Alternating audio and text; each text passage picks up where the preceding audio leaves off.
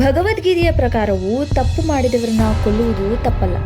ಕೆಲವೊಂದು ಕೃತ್ಯಗಳು ತಪ್ಪಾದರೂ ಅದು ಸರಿಯೇ ಅಂತ ಒಬ್ಬ ಕೊಲೆಗಾರ ನ್ಯಾಯಾಲಯದ ಕಟಕಟೆಯಲ್ಲಿ ನಿಂತ್ಕೊಂಡು ಹೇಳಿದ್ದನ್ನ ಕೇಳಿ ಅಲ್ಲಿದ್ದ ಲಾಯರ್ಗೂ ಶಾಕ್ ಆಗತ್ತೆ. ತನ್ನ 40ನೇ ವಯಸ್ಸಿಗೆ 40 ಕೊಲೆಗಳನ್ನು ಮಾಡಿ ಅವರ ದೇಹದಿಂದ ತಲೆಗಳನ್ನು ಬೇರ್ಪಡಿಸಿ ತಿಹಾರ್ ಜೈಲಿನ ಮುಂದೆಯೇ ಎಸೆದು ಹೋಗ್ತಾ ಇದ್ದಂತಹ ಒಬ್ಬ ಭಯಾನಕ ಸೀರಿಯಲ್ ಕಿಲ್ಲರ್ನ ಕಥೆ ಇದು.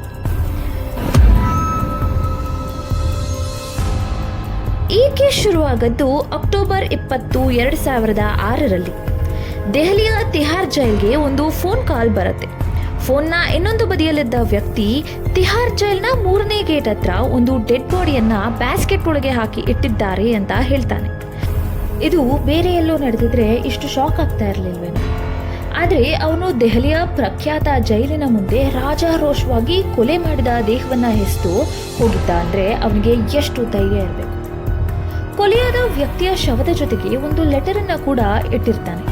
ಅದನ್ನು ನೋಡಿದ ದೆಹಲಿಯ ಸಂಪೂರ್ಣ ನ್ಯಾಯ ವ್ಯವಸ್ಥೆಗೆ ಒಂದು ಸವಾಲೆದುರಾಗಿತ್ತು. ಹಾಗಾದ್ರೆ ಅದರಲ್ಲಿ ಏನಿತ್ತು? ಇದನ್ನ ಕೇವಲ ಒಂದೇ ಒಂದು ಸಾಲಿನಲ್ಲಿ ಹೇಳೋದಾದ್ರೆ, catch me if you can. ಈಗ ಪೊಲೀಸರಿಗೆ ಅವನನ್ನ ಹಿಡಿಯೋದು ಅವರ ಪ್ರತಿಷ್ಠೆಗೆ ಹೊಡೆದ ಒಂದು ಸವಾಲಾಗಿತ್ತು. ಮೊದಲಿಗೆ ಅವರು ಅಕ್ಟೋಬರ್ 20ನೇ ತಾರೀಕು ಅವರಿಗೆ ಬಂದಿದ್ದಂತಹ ಫೋನ್ ಕಾಲ್ ಅನ್ನ ಟ್ರ್ಯಾಕ್ ಮಾಡ್ತಾರೆ.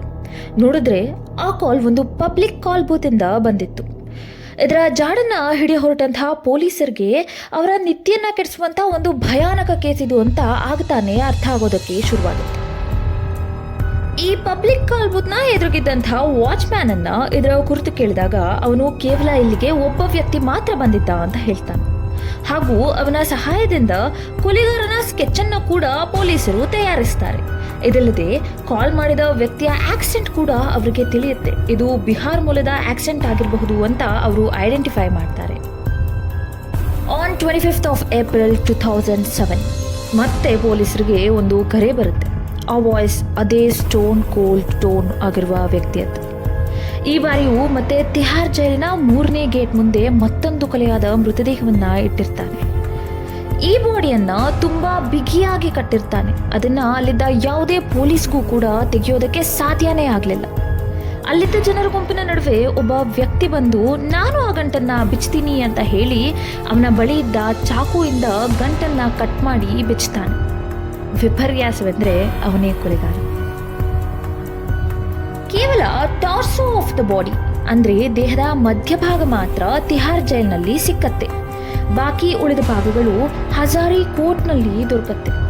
ಈ ಕೇಸ್ನ ಇನ್ವೆಸ್ಟಿಗೇಷನ್ ತೀಕ್ಷ್ಣತೆ ಇವಾಗ ಹೆಚ್ಚಾಗ್ತಾ ಹೋಗುತ್ತೆ. ಇದಕ್ಕಾಗಿ ಪೊಲೀಸರ ಒಂದು ಸ್ಪೆಷಲ್ ತಂಡವನ್ನ ರಚಿಸ್ತಾರೆ. ಯಾಕಂದ್ರೆ ಇವನೊಬ್ಬ ನಾರ್ಮಲ್ ಮರ್ಡರರ್ ಆಗೋದಕ್ಕೆ ಸಾಧ್ಯನೇ ಇಲ್ಲ. ಇವನೊಬ್ಬ ಸೈಕೋಪ್ಯಾಥಿಕ್ ಕಿಲ್ಲರ್. ಹಾಗಾಗಿ ಇವನನ್ನ ಕಂಡುಹಿಡಿಯೋದಕ್ಕೆ ಒಂದು ಸ್ಪೆಷಲ್ ಪೊಲೀಸ್ ಪಡೆ ಬೇಕೇ ಬೇಕು ಅಂತ ಅವ್ರಿಗೆ ಅರ್ಥ ಆಗತ್ತೆ. ಈ ಕೇಸ್ ಇನ್ವೆಸ್ಟಿಗೇಷನ್ ತುಂಬಾ ಕಷ್ಟಕರವಾಗಿತ್ತು. ಯಾಕಂದ್ರೆ ಆ ಎರಡೂ ದೇಹಕ್ಕೂ ಈ ಕೇಸ್ ಇನ್ವೆಸ್ಟಿಗೇಷನ್ ತುಂಬಾ ತೀಕ್ಷ್ಣವಾಗಿ ನಡೀತಾ ಇರುತ್ತೆ. ಅಂತಹ ಸಂದರ್ಭದಲ್ಲಿ ತಿಹಾರ್ ಜೈಲ್ನ 3ನೇ ಗೇಟ್ ಬಳಿ ಮತ್ತೊಂದು ದೇಹ ಪತ್ತೆಯಾಗುತ್ತೆ. ಆದರೆ ಈ ಬಾರಿ ಒಂದು ಲೆಟರ್ನ ಜೊತೆಗೆ. ಆ ಲೆಟರ್ನಲ್ಲಿ ಪೊಲೀಸರಿಗೆ ಹೀಗೆ ಬರೆದಿರ್ತಾನೆ, ನೀವು ನನ್ನನ್ನು ಹುಡುಕಿ ಕೊಡುವವರಿಗೆ ಒಂದು ದೊಡ್ಡ ಬಹುಮಾನವನ್ನ ಘೋಷಿಸಬೇಕು ಅಂತ. ಯಾಕಂದ್ರೆ ಅವನಿಗೆ ತಾನು ಮಾಡ್ತಿರೋ ಕೆಲಸದ ಬಗ್ಗೆ ಅಷ್ಟು ಗರ್ವ ಇರುತ್ತೆ. ಮತ್ತೆ ಹೇಳ್ತಾನೆ, ನಾನು 7ರಿಂದ 8 ವರ್ಷಗಳಿಂದ ಕೊಲೆ ಮಾಡ್ತಿದ್ದೇನೆ. ನಾನು ಯಾವತ್ತು ಈ ಕೆಲಸವನ್ನ ನಿಲ್ಲಿಸ್ತೀನೋ ಅವತ್ತು ನಾನು ಹುಚ್ಚ ಆಗಿರ್ತೀನಿ ಅಂತ. ಇದನ್ನ ನೋಡಿದಾಗ ಪೊಲೀಸರಿಗೆ ಕ್ಲಿಯರ್ ಆಗಿ ಗೊತ್ತಾಗ್ತಾ ಇತ್ತು ಇವನಿಗೆ ಸೈಕೋಪ್ಯಾಥಿಕ್ ಟ್ರೈಟ್ ಇದೆ ಅಂತ. ಮತ್ತೆ ಇವನನ್ನ ಹೀಗೆ ಬಿಟ್ರೆ ಇದೇ ರೀತಿಯಾಗಿ ಮತ್ತಷ್ಟು ಕೇಸ್ನ ಮಾಡ್ತಾನೆ. ಇವನನ್ನ ಹೇಗಾದ್ರೂ ಐಡೆಂಟಿಫೈ ಮಾಡಲೇಬೇಕು ಅಂತ ಅವರು ಸೆಣಸಾಡ್ತಾ ಇರ್ತಾರೆ. ಇದಾದ ನಂತರ ಅವರಿಗೆ ಒಂದು ಕೇಸ್ ನೆನಪಿಗೆ ಬರುತ್ತೆ. 1998ರಲ್ಲಿ ಇದೇ ತರ ಒಂದು ಕೇಸ್ ಆಗಿತ್ತು. ತಿಹಾರ್ ಜೈಲ್ ಬಳಿ ಹೆಡ್ಲೆಸ್ ಬಾಡಿ ಸಿಕ್ಕಿತ್ತು. ಹಾಗೂ ಅದರ ಉಳಿದ ಭಾಗಗಳೆಲ್ಲ ದೆಹಲಿಯ ಹಲವಾರು ಭಾಗಗಳಲ್ಲಿ ದೊರಕಿತ್ತು. ಈ ಕೇಸ್ ವಿಚಾರವಾಗಿ ಒಬ್ಬ ವ್ಯಕ್ತಿಯನ್ನ ಅರೆಸ್ಟ್ ಕೂಡ ಮಾಡಿರ್ತಾರೆ. ಆದರೆ 3 ವರ್ಷಗಳ ನಂತರ ಸಾಕ್ಷ್ಯಾಧಾರಗಳ ಕೊರತೆಯಿಂದಾಗಿ ಅವನನ್ನ ಬಿಡುಗಡೆ ಮಾಡಲಾಗುತ್ತೆ. ಈಗ ಒಬ್ಬ ಪೊಲೀಸ್ ಸ್ಪೈ ಕಡೆಯಿಂದ ಒಂದು ವಿಷಯ ಬರುತ್ತೆ. ಏನಂದ್ರೆ, ಈ ಕೊಲೆಗಾರನನ್ನೇ ಹೋಲುವಂತಹ ಒಬ್ಬ ವ್ಯಕ್ತಿ ಆಜಾದ್ ನಗರದ ಡಾಕ್ಟರ್ ಶಾಪ್ಗೆ ರೆಗ್ಯುಲರ್ ಆಗಿ ವಿಸಿಟ್ ಮಾಡ್ತಾ ಇದ್ದಾನೆ ಅಂತ. ನರೇಂದ್ರ ಪೆಹಲ್ವಾನ್ರ ಲೀಡರ್ಶಿಪ್ನಲ್ಲಿ ಪೊಲೀಸ್ ಟೀಮ್ ಡಾಕ್ಟರ್ ಕ್ಲಿನಿಕ್ಗೆ ಹೋಗ್ತಾರೆ.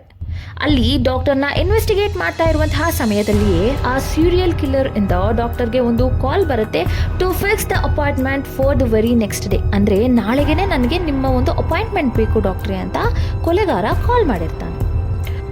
ಡಾಕ್ಟರಿಂದ ಕೆಲವೊಂದು ಮಾತುಗಳನ್ನು ಅಥವಾ ಮಾಹಿತಿಗಳನ್ನು ಪೊಲೀಸರು ಕಲೆ ಹಾಕ್ತಿರ್ತಾರೆ. ಆ ವ್ಯಕ್ತಿಯ ಹೆಸರು ಚಂದ್ರಕಾಂತ್ ಝಾ. ಅವನಿಗೆ 5 ಜನ ಹೆಣ್ಣು ಮಕ್ಕಳು. ಅಷ್ಟು ಜನರ ಡೆಲಿವರಿಯನ್ನ ಈ ಡಾಕ್ಟರೇ ಮಾಡಿರ್ತಾರೆ. ಡಾಕ್ಟರ್ ಚಂದ್ರಕಾಂತ್ ಶಾ ಅವರ ಭಾವರನ್ನ ಕೊಲೆ ಮಾಡೋದಕ್ಕೆ ಪ್ರಯತ್ನ ಪಟ್ಟಿದ್ದ ಅಂತ ಒಂದು ವಿಷಯವನ್ನ ಪೊಲೀಸರ ಹತ್ರ ಹೇಳ್ತಾರೆ. ಈ ಬಗ್ಗೆ ಅವರ ಭಾವನನ್ನ ಇನ್ವೆಸ್ಟಿಗೇಟ್ ಮಾಡಿದಂತಹ ಪೊಲೀಸರಿಗೆ ಚಂದ್ರಕಾಂತ್ ಬಳಿ ಒಂದು ತರಕಾರಿ ಮಾರುವಂತಹ ಮೋಟಾರ್ ಸೈಕಲ್ ಇದೆ ಅಂತ ತಿಳಿಯುತ್ತೆ. ಈ ಒಂದೇ ಒಂದು ಸಣ್ಣ ಇನ್ಫಾರ್ಮೇಶನ್ ಮುಖಾಂತರ ಅವನ ಮನೆಯನ್ನ ಕಂಡುಹಿಡಿತಾರೆ. ವಿತಿನ್ ಹವರ್ಸ್ ಅವನ ಕೈಗೆ ಕೋಳವನ್ನು ಹಾಕಿ ಪೊಲೀಸ್ ಕಸ್ಟಡಿಗೆ ತಗೋತಾರೆ. ಆ ವ್ಯಕ್ತಿ ಪೊಲೀಸರ ಮುಂದೆ ಕೂತಿದ್ದು ಅವನ ಮುಖದಲ್ಲಿ ಕಿಂಚಿತ್ತು ಭಯ ಆಗಲಿ ಸ್ಟ್ರೆಸ್ ಆಗಲಿ ಇರಲಿ. ಅವನು ಪೊಲೀಸರಿಗೆ ಎಲ್ಲ ವಿಷಯವನ್ನು ಹೇಳೋದಕ್ಕೆ ರೆಡಿ ಇದ್ದ. ಓನ್ಲಿ ಇಫ್ ಪೊಲೀಸರು ಅವನಿಗೆ ಹೊಡೆಯದೆ ಅಥವಾ ಯಾವುದೇ ರೀತಿಯಂಥ ಟಾರ್ಚರನ್ನು ಮಾಡಿಲ್ಲ ಅಂದಾಗ ಮಾತ್ರ. ಈ ಕಥೆಯ ಮುಂದಿನ ಭಾಗವನ್ನು ಇನ್ನೊಂದು ವಿಡಿಯೋದಲ್ಲಿ ತಿಳ್ಕೊಳ್ಳೋಣ. ಅಲ್ಲಿಯವರೆಗೂ ನೀವೆಲ್ಲರೂ ಕೂಡ ಕಾತರರಾಗಿ ಕಾಯ್ತಾ ಇರಿ. ಧನ್ಯವಾದ.